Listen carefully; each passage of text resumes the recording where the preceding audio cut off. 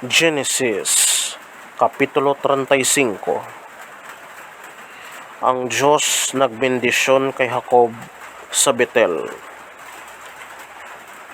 Ang Diyos nagsiling kay Jacob, maghimos ka, kag magkadto sa Betel, kag didto magpuyo. Maghimo ka didto sing altar para sa Diyos, nga nagapakita sa imo, sang nagapalagyo ikaw, sa imo utod nga si Esau. Gani si Jacob nagsiling sa iya panimalay kag sa tanan nga kaupod niya. Ipamilak ang dumuluo nga mga Dios nga yara sa inyo. Dayon magpaninlo kamo kag magsuksok sing matinlo nga mga bayo. Magahalin kita diri kag magakadto sa Betel. Sa diin magahimo ako sing altar sa Dios nga nagbulig sa akon sa tion sang akon kabudlayan. Kag nagupod sa akon bisan diin ako magkadto. Gani ginhatag nila kay Jacob ang tanan nga dumuluo nga mga Dios nga yara sa ila. Kag ginhatag manila ang ila mga aritos nga yara sa ila mga dulunggan. Ginlubong niya yadto sa idalom sang kahoy nga terebinto nga malapit sa Sikem. Sang maghalin si Jacob kag ang iyang mga anak nga lalaki, hinadlukan gid ang mga tawo sa mga banwa sa palibot, kag wala nila ginlagas ang mga anak ni Jacob. Si Jacob kag ang tanan niya nga mga tinawo nag-abot sa Luz, nga amo nakaron ang Betel, sa duta sang Kanaan. Naghimo siya didto sing altar, kag ginhingalanan niya ang lugar sa ngalan sang Dios, sang Betel. Kay ang Diyos nagpakita sa iya didto, sang nagapalagyo siya sa iya utod. Si Deborah nga manug-atipan ni Rebecca napatay, kag ginlubong siya sa bagatnan sang Betel sa idalom sang kahoy nga terebinto. Gani ginhingalanan ini terebinto sang paghibi. Sang pagbalik ni Jacob halin sa Mesopotamia, ang Diyos nagpakita sa iya liwat, kag ginbendisyonan niya siya.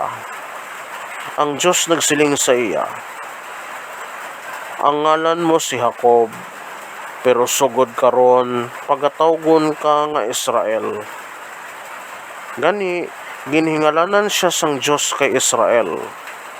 Ang Diyos nagsiling sa iya, ako ang makagagahom nga Diyos. Magbata kasing madamo. Mangin madamo gid nga mga pungsod ang imo mga kaliwat. Kag mangin ginikanan ikaw sang mga hari. Pagaihatag ko sa imo ang duta nga ginhatag ko kay Abraham kag kay Isaac. Kag ihatag ko man ina sa imo mga kaliwat sa ulihi. Dayon ang Diyos nagbiya sa iya. Sa duog sa diin ang Diyos nagpakighambal sa iya, si Jacob nagpatindog sing bato nga handumanan, kag ginpakabalaan niya ini paagi sa pagbubo sing bino kag lana sa ibabaw sang bato. Ginhingalanan niya ang duog Betel.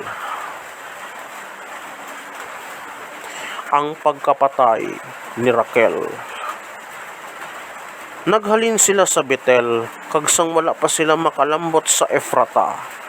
Ginsakitan si Raquel kay manugbata siya, kag tama gid ang iya pagpasakit. Sang tudo na gid ang iya pagpasakit, ang partera nagsiling sa iya, hindi ka magkahadlok Raquel, isa na naman kalalaki ini. Pero tagumatayo na siya, kag sang wala pa mabugto ang iya ginhawa, ginhingalanan niya ang iya anak na lalaki kay Ben-oni. Pero ang iya amay naghingalan sa iya kay Benjamin. Sang pagkapatay ni Raquel, ginlubong siya sa higad sang dalan pa Efrata, nga amo karon ang Bethlehem. Si Jacob nagpatindog sing handumanan nga bato sa iya lulubngan, kag amo ining tanda sang lulubngan ni Raquel tubtob karon. Si Jacob nagpadayon ka naghimo sang iya kampamento sa unahan sang Tore ni Eder.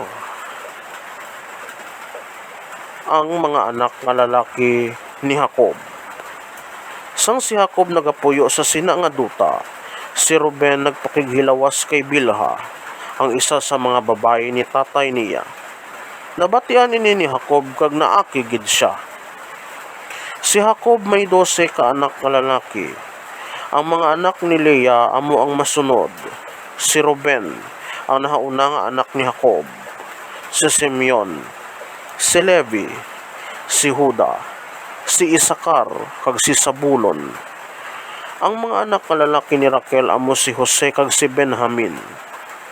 Ang mga anak nga lalaki ni Bilhas nga sulugoon ni Raquel amo si Dan kag si Neftali.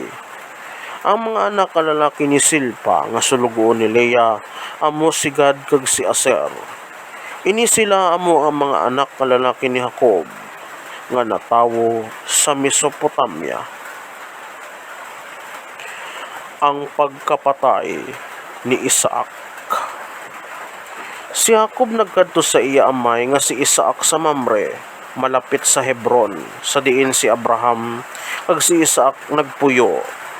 Si Isaac nagaedad sang 180 ka tuig sang pagkapatay niya. Tigulang na siya mapatay kag ginlubong siya ni Esau kag ni Jacob.